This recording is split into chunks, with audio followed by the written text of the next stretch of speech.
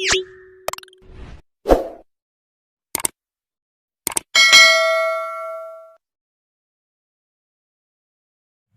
guys, Assalamualaikum warahmatullahi wabarakatuh.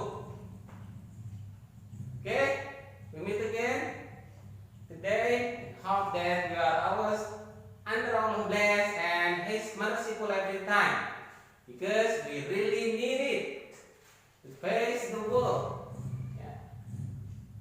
Alhamdulillah kita berjumpa kembali pada hari ini. Pada pertemuan kali ini Mister akan menjelaskan kepada kalian tentang sumber daya alam yang dapat diperbaharui.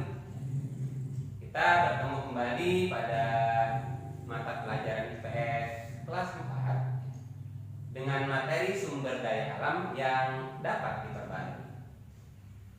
Beberapa pertemuan yang lalu Mister sudah menjelaskan kepada kalian tentang sumber daya alam yang ada di Indonesia.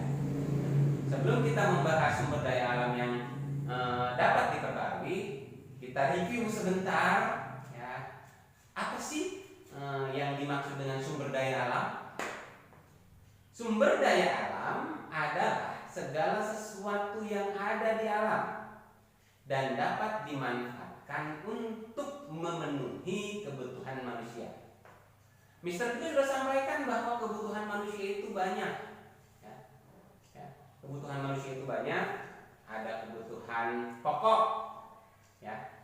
Kebutuhan pokok itu diantaranya kebutuhan sandang, kebutuhan pangan, dan kebutuhan papan. Ada juga kebutuhan akan hiburan. Itu sudah Mister jelaskan pada pertemuan-pertemuan yang telah lalu.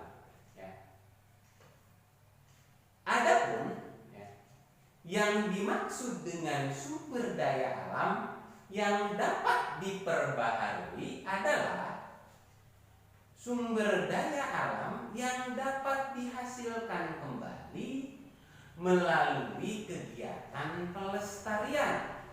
Perhatikan, berarti sumber daya alam ini bisa dihasilkan kembali, tapi melalui kegiatan pelestarian.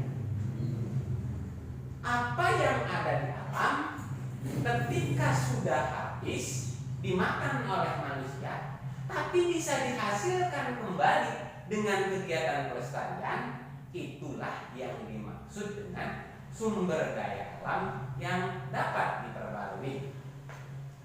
Sumber daya alam yang dapat diperbarui dikelompokkan menjadi dua jenis.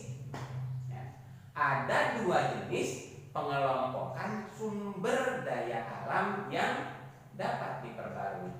Yang pertama sumber daya alam hayati, yang kedua sumber daya alam non hayati. Kita akan bahas ini satu persatu. Sebagaimana tadi telah Mister sampaikan, sumber daya alam yang dapat diperbarui yang jenis pertama yaitu sumber daya alam hayati. Apa sih yang dimaksud dengan sumber daya alam hayati itu? Sumber daya alam hayati adalah sumber daya alam berbentuk makhluk hidup. Ciri-ciri makhluk hidup antara lain bernafas,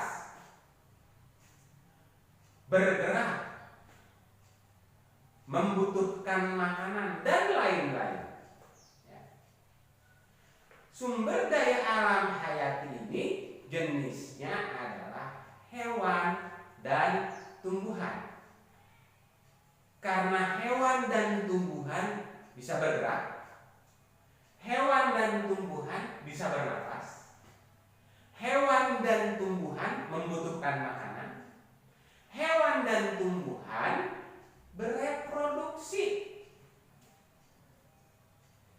Contoh sumber daya alam hayati berbentuk hewan.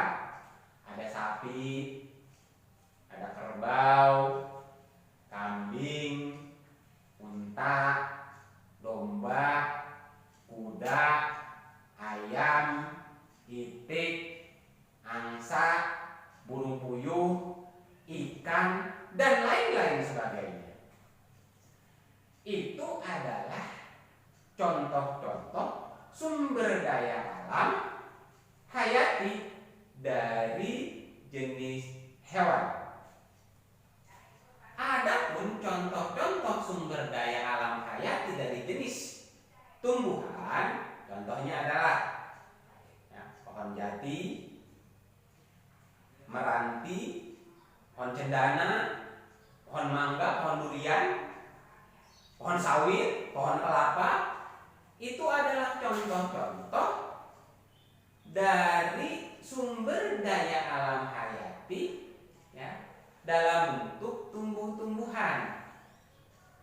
Tadi sudah Mister sebutkan nama-nama tumbuh-tumbuhannya. Bagaimana sih cara agar sumber daya alam hayati ini bisa diperbarui? Tadi sudah saya sampaikan juga bahwa memperbaruinya dengan melalui kegiatan pelestarian. Upaya pelestarian hewan banyak dilakukan. Bisa dilakukan dengan cara peternakan, bisa dilakukan dengan cara penangkaran, bisa dilakukan dengan membuat suaka marga satwa dan lain-lain sebagainya. Contoh suaka marga satwa ada yang namanya penangkaran gajah di Waigambas, ada juga pemeliharaan orang utan agar orang utan yang ada di Indonesia tidak punah, dan banyak lagi contoh-contoh yang lainnya. Adapun upaya pelestarian tumbuhan melalui kegiatan pelestarian tadi bisa dilakukan dengan cara reboisasi atau menanam kembali daerah-daerah yang tandus, daerah-daerah yang gundul agar bisa ada penghijauan dengan ditanamnya tumbuh-tumbuhan di wilayah yang tandus tadi. Ada juga dengan melakukan program tebang pilih.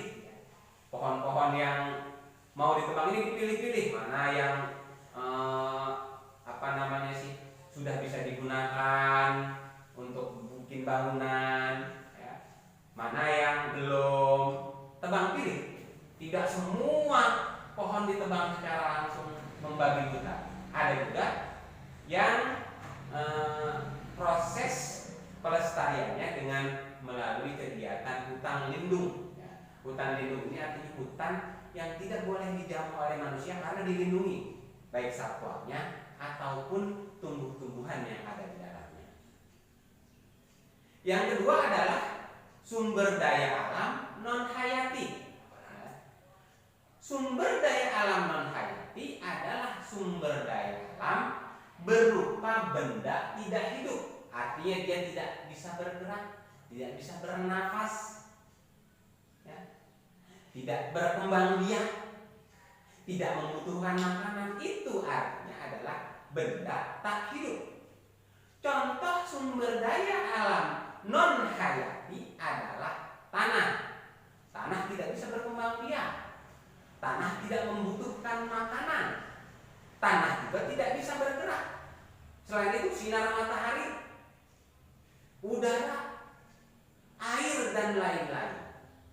Upaya pelestarian sumber daya alam jenis ini atau sumber daya alam non hayati, contohnya adalah misalkan air. Bagaimana cara melestarikan sumber daya alam jenis air ini? Pertama, kita harus menghemat dalam penggunaan air. Tidak menghambur-hamburkan air untuk kegiatan yang tidak perlu. Meskipun Indonesia kaya akan air, sumber daya air, tetapi tidak boleh kita menghambur-hamburkan air. Kita harus bersyukur karena kita hidup di Indonesia. Indonesia ini termasuk negara perairan, negara maritim, di mana luas perairannya lebih banyak dibandingkan dengan luas daratannya. Air melimpah di mana-mana. Ya. Meskipun kadang-kadang pada saat kemarau ya, air berkurang, tetapi tidak sampai ada yang meninggal gara-gara kekurangan air. Ya. Oleh karena itu kita harus bersyukur karena Indonesia ini adalah negara yang sumber daya alam airnya sangat banyak. Berbeda dengan negara-negara lain. Mister pernah dengar cerita dari teman Mister, ya. Di negara lain mencuci mobil menggunakan selang itu kita didenda. Ya. Kita didenda.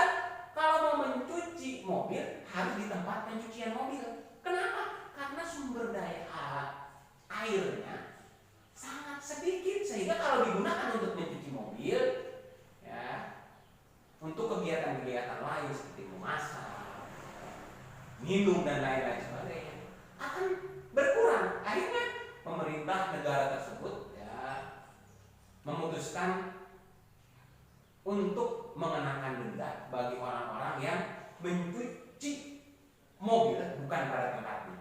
Kalau di Indonesia bebas, steam motor, steam mobil di mana-mana. Ya. Lain dengan negara yang tadi Mister sebutkan. Ya. Mencuci mobil aja kita kena denda. Kalau di Indonesia mau mencuci mobil sampai kinclong, ya, tidak ada debu nempel sedikit pun bisa. Silahkan, tetapi tidak membuat kita ya, harus boros dalam menggunakan air. Tetap kita harus menghemat penggunaan air agar ya, air ini bisa dimanfaatkan untuk hal-hal yang lebih penting. Yang kedua, upaya pelestarian ini yaitu melakukan penghijauan atau reboisasi, ya, mencegah terjadinya polusi, menggunakan sinar matahari untuk kebutuhan pembuatan listrik dan lain-lain sebagainya. Itu adalah contoh-contoh pelestarian sumber daya alam non hayati. Demikian penjelasan dari Mister tentang sumber daya alam yang dapat diperbarui. Kalian boleh lihat buku-buku lain, keterangan-keterangan lain yang bisa mendukung materi yang telah Mister sampaikan tadi. Cukup sekian dan terima kasih. Assalamualaikum warahmatullahi wabarakatuh.